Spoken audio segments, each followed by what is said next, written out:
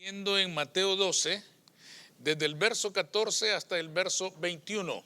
Evangelio según San Mateo, capítulo 12, desde el verso 14 hasta el verso 21.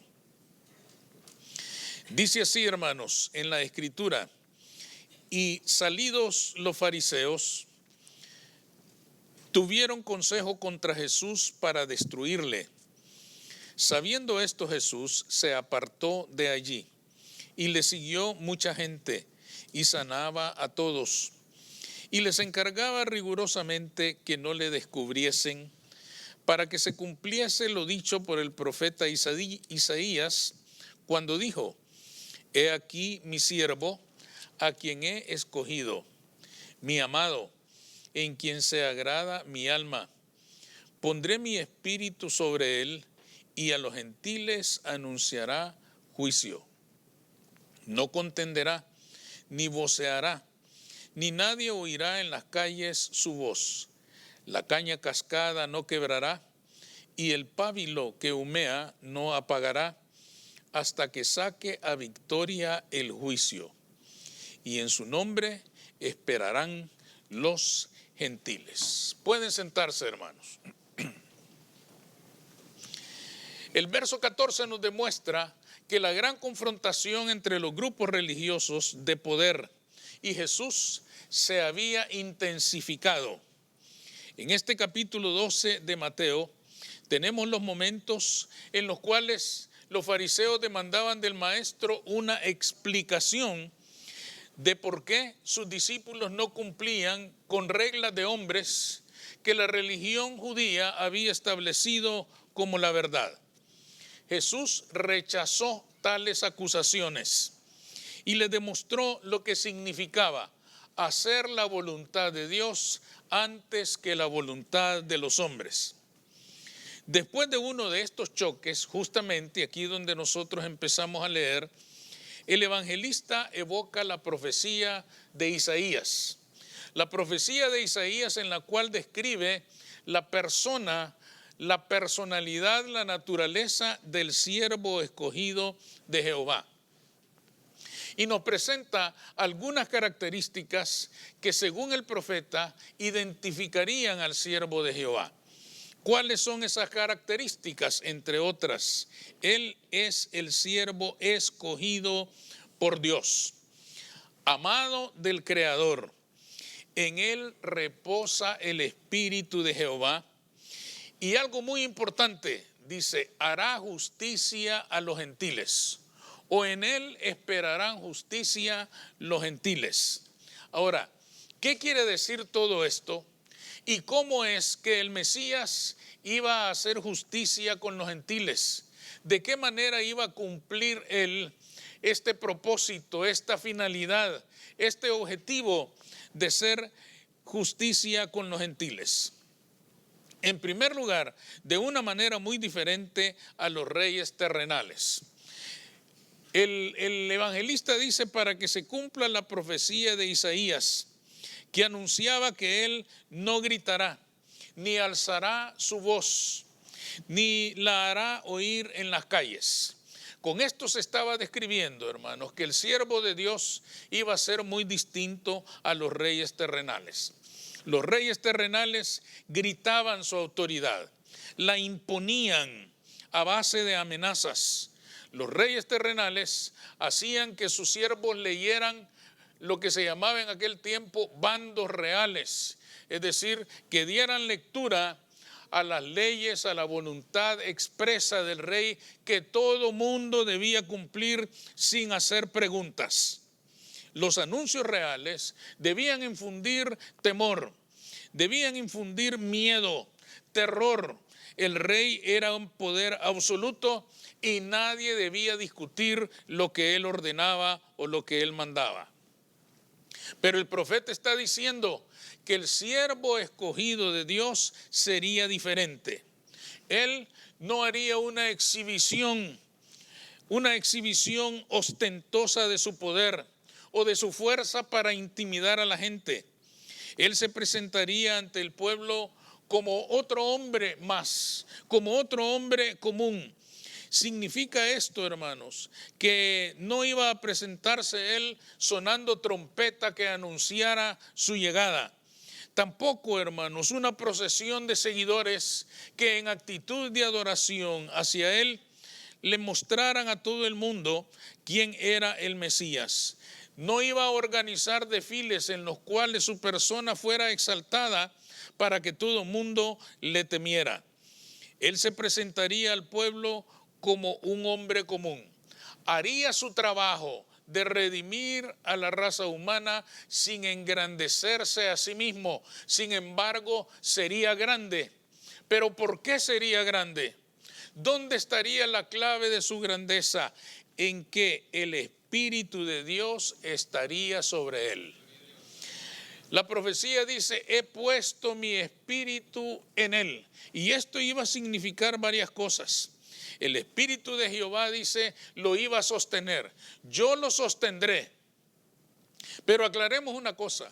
Cuando nosotros leemos palabras como estas y decimos, el Señor me va a sostener, generalmente interpretamos que vamos a descansar en su fuerza. Que cuando nosotros vamos a caer, Él nos va a sostener. Todo eso es cierto. Pero en esta escritura, yo le sostendré significa algo más. ¿Qué significa? No solo yo le sostendré si cae, lo que quiere decir es, está sujeto a mí. Yo tengo el control de su vida, yo lo tengo aprehendido en mi mano, de manera que Él va a hacer mi voluntad y no la suya. Esto es importante y clave, hermanos, en la persona del siervo escogido. El siervo escogido por Dios no iba a hacer su voluntad, iba a hacer la voluntad del Padre. ¿Y cuántas veces Jesús expresó eso? Él dijo, yo no hago la voluntad mía, sino la de mi Padre que está en los cielos. ¿Por qué? Porque el Padre lo sostenía, porque el Padre lo tenía sujeto, porque el Padre lo tenía tomado en su mano. El Espíritu de Jehová le sostendría entonces, garantizaba que Jesús no hiciera su voluntad, sino la voluntad del Padre. Esto garantizaba, hermanos, que Él actuara con justicia, que Él actuara de manera justa, que Él actuara de la mejor manera posible. Jesucristo, hermanos, ha venido a nosotros de la misma manera. ¿En qué sentido? Él no se acercó a nosotros con una actitud aterradora. Él nos buscó con amor y con misericordia. Él nos buscó con paciencia. Él nos buscó, hermanos, con sencillez, sin gritos amenazadores. Él vino a nosotros con misericordia, hermanos, por una razón. Sabía que habíamos sido vencidos, que habíamos sido derrotados por nuestra naturaleza pecaminosa. Él sabía, hermanos, que nosotros no necesitábamos ni más golpes, ni más castigo, ni más fuerza, porque ya el pecado nos había golpeado suficiente. Ya nos había derribado suficiente. Ya nos había hecho suficiente daño. Jesús nos miró no como a personas a quien hay que derribar a golpes, sino como a personas que ya estábamos derribados y había que levantarnos en el nombre de Jesucristo. Por eso se acercó a nosotros con misericordia. Él vino a hacer justicia y no injusticia. Y nada hay más injusto, hermanos. Nada hay más injusto que condenar al que ya está condenado. Nada hay más injusto que abandonar al que ya está abandonado, al que ya está abatido. Nada hay más injusto, hermanos, que declarar perdedor al que ya lo ha perdido todo. Es verdaderamente injusto hacer una acción como esa. Y Dios no es injusto. El siervo de Dios, hermanos, que ha sido escogido por Dios, no debe despreciar a su prójimo, sino debe amarlo, independientemente de cómo sea o cómo piensa. El siervo de Dios ama a su prójimo. El siervo de Dios nunca abandona a nadie, porque anunciar a Cristo y su salvación para el que está perdido es un más grande privilegio, es un más grande meta. Es un más grande gozo poder decirle al que está perdido que hay esperanza en Cristo Jesús. Aquí cobra, hermanos, importancia un concepto que nosotros mencionamos muy seguido, pero que a veces no sabemos con precisión qué significa: la unción y el ungido. A veces decimos el ungido de Jehová porque tiene una posición, porque tiene poder, porque tiene títulos, porque tiene nombre, porque tiene renombre, porque tiene fama, porque tiene posesiones. Pero ungido, hermanos, en la Escritura, de acuerdo a este pasaje, como ya lo hemos visto, no significa el que hace esto, el que hizo aquello o el que puede hacer lo otro. A veces nosotros creemos que ungido significa el que habla lenguas, el que echa fuera a los demonios, el que ministra sanidad a los que están enfermos, el que tiene dones espirituales con los cuales puede ministrar a otras personas. Eso puede estar incluido en la unción, pero no es la unción. ¿Qué es la unción? La unción es justamente que Dios a través de su Espíritu tenga sujeta a una persona y lo gobierne para que haga la obra de Dios. No para que haga su voluntad, ni lo que Él prefiere, ni lo que Él quiere, sino lo que el Padre quiere, sino lo que el Padre le ha enviado a hacer. El ungido no es el que hace, el que exhibe, el que es admirado, el que es rey. El ungido es siervo. Y esta es una diferencia fundamental para identificar el ungido. En los tiempos que vivimos muchas veces el ungido parece ser el rey, el Señor, el que todo lo sabe, el que todo lo manda, el que todo lo gobierna. Pero en la Escritura el ungido es el siervo, el que está en las manos poderosas de nuestro Dios para que vaya y cumpla lo que Dios le ha mandado. Dios le ha escogido para que cumpla una función, y entre esas funciones están el no abandonar al que está perdido. El que abandona a su prójimo porque no piensa como él, porque no hace como él, porque no vive como él, no es el siervo escogido por Dios. Porque el siervo escogido por Dios no puede abandonar al que está perdido. Es importante, hermanos, establecer con claridad esto, porque hoy estamos tan equivocados que creemos que nosotros, porque tenemos unción, podemos despreciar al que no piensa como yo, al que no actúa como yo, al que no vive la vida como yo la vivo. Lo cierto es, hermanos, que el que está ungido no sabrá despreciar a su prójimo, porque lo sostiene la mano misericordiosa del Dios Todopoderoso. Amén. Ese es el ungido de Jehová. El siervo de Dios es el ungido de Jehová. En segundo lugar, este pasaje nos dice que el siervo elegido de Dios no despreciará al pecador atribulado. El pecador atribulado, hermanos, es presentado en este pasaje con dos figuras muy interesantes, que muchas veces probablemente las hemos leído, pero no hemos establecido con claridad qué significan. Este pasaje que leímos dice en el verso 20, la caña cascada no quebrará. La caña cascada no quebrará. ¿Qué quiere decir esto? Se refiere a una caña que en aquel tiempo y hasta el día de hoy nacen a la orilla de los ríos. Todos sabemos que la caña es en cierto sentido débil y se puede quebrar con cierta facilidad. Una caña quebrada está arruinada y ya no sirve para nada. Una caña quebrada ya no se puede utilizar para ninguna función. Con ella ya no se puede hacer nada, está perdida.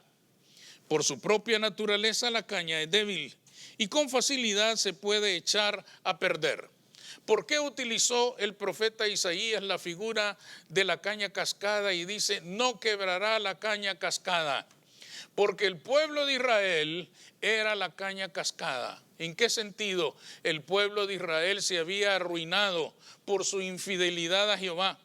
Y siguiendo dioses falsos ya no servía para nada. ¿Cuál era la gran función que Dios le había asignado a Israel en el Antiguo Testamento? Dar testimonio del nombre de Jehová a los gentiles, Aquí mismo lo dice. Nosotros terminamos diciendo, y en su nombre esperarán los gentiles. Pero habían fracasado.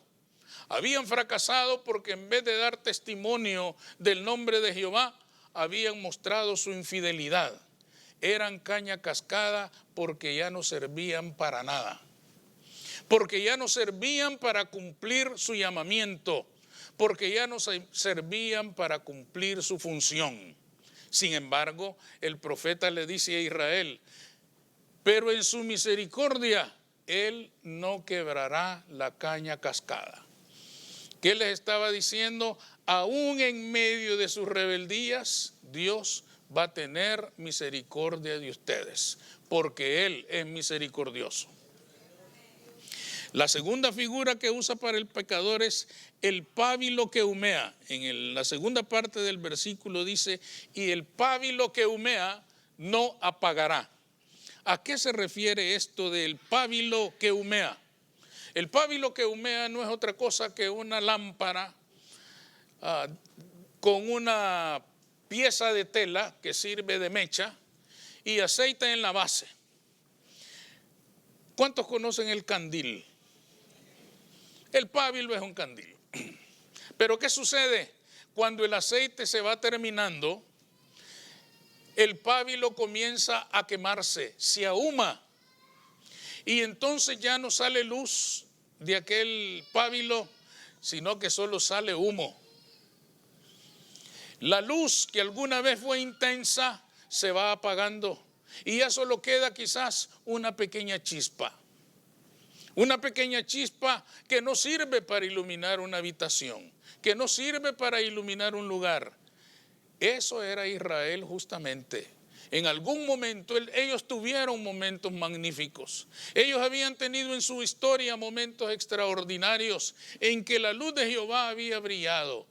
Pero en aquel momento eran un pábilo que humeaba. Y sin embargo, el Señor les dice, pero no lo voy a apagar. Al contrario, voy a avivar la luz. ¿Por qué es importante esto para nosotros? Porque estas dos figuras representan dos formas del pecador hoy en día. ¿A quién pudiera simbolizar o representar la caña cascada? La caña cascada simboliza a aquella persona a quien el pecado la tiene esclavizada totalmente.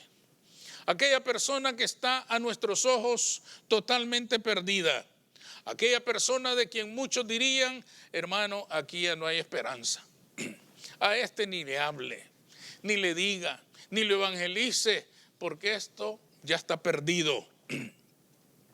Cuando vemos a una persona a quienes, por ejemplo, los vicios le han robado todo, libertad, dignidad, paz, vida, todos vemos una caña cascada, arruinada, tan arruinada que ya no sirve para cumplir el propósito de la vida, está echada a perder. Tan echada a perder que ya no puede dirigir su vida, sino que los vicios le dirigen hacia un abismo interminable y terrible, en el cual le esperan las grandes tragedias. Tan echada a perder que quizás nosotros decimos, ya no hay esperanza. Y nos comportemos como los discípulos, que en algún momento miraron a algunos incrédulos y le dijeron al Señor, Maestro, ¿quieres que oremos para que llueva fuego sobre estos? Imagínense qué terrible oración se iban a aventar. Una oración de poder, diciéndole al Padre, derrama fuego sobre este pábilo que humea y apaguémoslo de una vez porque esto ya no sirve. Esto es caña cascada que ya no sirve sino para leña y para alimentar el fuego del juicio. Los discípulos fueron terribles y nosotros a lo mejor, hermanos, podemos cometer el mismo error hoy en día. Mirar a alguien que está tan dañado y tan afectado por el pecado que podemos llegar a decir, Señor, esto es una caña cascada y ya no sirve para nada. Pero cuando esos pensamientos pasen por nuestra mente, recordemos quién es el siervo escogido. Recordemos el modelo del siervo escogido. Y Cristo Jesús dijo, no quebraré la caña cascada. Veámoslo en la práctica, hermanos. En una nación como esta, en donde se rechaza de una manera tan abierta a Cristo Jesús, esto es una caña cascada. Pero Cristo sigue teniendo misericordia. Y Él sigue diciendo, no quebraré la caña cascada. Yo he venido para restaurar, yo he venido para recuperar, yo he venido para salvar, no he venido para matar ni para destruir. Él no quebrará la caña cascada. Ya está suficientemente dañada la persona para que querramos nosotros terminarla de hacer pedazos. A lo que es llamado el siervo escogido es a invocar el nombre de Jesucristo y anunciarle a aquella persona que en Cristo Jesús tiene esperanza, que en Cristo Jesús hay libertad, que en Cristo Jesús hay vida, que en Cristo Jesús hay respuesta, porque Él es el Dios Todopoderoso que puede cambiar cualquier realidad. Amén. Esto es el siervo escogido. A eso ha sido llamado el siervo escogido. Y el pábilo que humea. Esa figura también es bonita, pero un poco más desagradable, porque esa tiene que ver con nosotros. El pábilo que humea bien representa al creyente, a nosotros, a los que ya creímos, a los que ya somos salvos, pero que sin darnos cuenta, hermanos, el aceite comenzó a terminarse. Sin darnos cuenta nos descuidamos y el aceite comenzó a consumirse. Y el pábilo comenzó a ahumarse, comenzó a carbonizarse. El creyente, hermanos, que algún día con su testimonio iluminó a muchos. No solo iluminó habitaciones, iluminó casas enteras. El creyente que algún día con la luz de Cristo la pudo hacer presente en los medios más oscuros y se dio cuenta que en Cristo hay salvación. Pero de repente se fue descuidando de la comunión con el Señor. Se fue descuidando de la relación con el Salvador. El aceite comenzó a escasear y el pábilo comenzó a quemarse. Y después de ser luz, ahora solo echa humo negro. Ahora su testimonio, en vez de ser luz, es humo negro que oscurece cualquier lugar en donde se presenta. Sin darse cuenta, hermanos, ha comenzado a quedar en su vida solo una pequeña chispa. Pero el Señor vuelve a ser misericordioso y dice, no apagará el pábilo que humea. Aunque quede una pequeña chispa, aunque solo una pequeña chispa, y sale más humo negro que luz, pero el Señor dice, pero no lo voy a apagar. Al contrario, yo he venido para avivar la luz. Y lo voy a hacer brillar de nuevo. Y lo voy a iluminar de nuevo. Y mi Espíritu Santo lo va a llenar. Y la llama va a ser otra vez limpia y purificadora. Y la llama va a comenzar otra vez a iluminar a personas, a lugares, a situaciones, a circunstancias. Porque el Señor no apagó el pábilo que humea. Quiere decir, hermanos, que en cualquiera de los casos, este pasaje a nosotros nos deja una cosa bien clara. No tenemos por qué abandonarnos unos a otros porque fallamos. No tenemos que abandonarnos unos a otros porque somos sujetos de debilidades. No tenemos que abandonarnos unos a otros si es que hemos sido escogidos para ser siervos del Altísimo. Porque es bien bonito decir siervos del Altísimo. Algunos hasta se saludan y dicen, ¿cómo está, siervo? Y el otro le contesta, aquí, hermano, siempre al servicio del que todo lo puede. Amén, magnífico, maravilloso. Pero a ese no le hable, que eso ya está perdido. Esa caña es cascada y no sirve para nada. Quiébrela, rómpala y échela al fuego. Dice la Escritura, porque se ponen bíblicos. Dice la Escritura, el árbol que no de buen fruto, el hacha está puesta. Es el mensaje que más les gusta predicar. El hacha está puesta y el árbol que no de buen fruto será cortado y echado al fuego. Hermano, échelo al fuego porque eso no sirve. No sirve a nuestros ojos, pero a los ojos de Jesucristo es lo más bello, lo más valioso, lo más precioso, y Cristo murió por él o por ella. Y Cristo anda buscando a esa persona. Nosotros hemos dejado de buscarlo, pero Cristo lo sigue buscando, porque Él ni va a quebrar la caña cascada, ni va a apagar el pábilo que humea. Seamos entonces, hermanos, siervos auténticos del Dios Altísimo. Aprendamos a ser siervos, aprendiendo a desarrollar el corazón de Jesucristo, no dejando a nadie fuera de la bendición del Señor, porque Él murió por todos. Y cuando la luz, hermanos, sea encendida otra vez, entonces los gentiles, los de afuera, los que no conocen, tendrán esperanza, porque Cristo murió para hacerle justicia. Vamos a orar.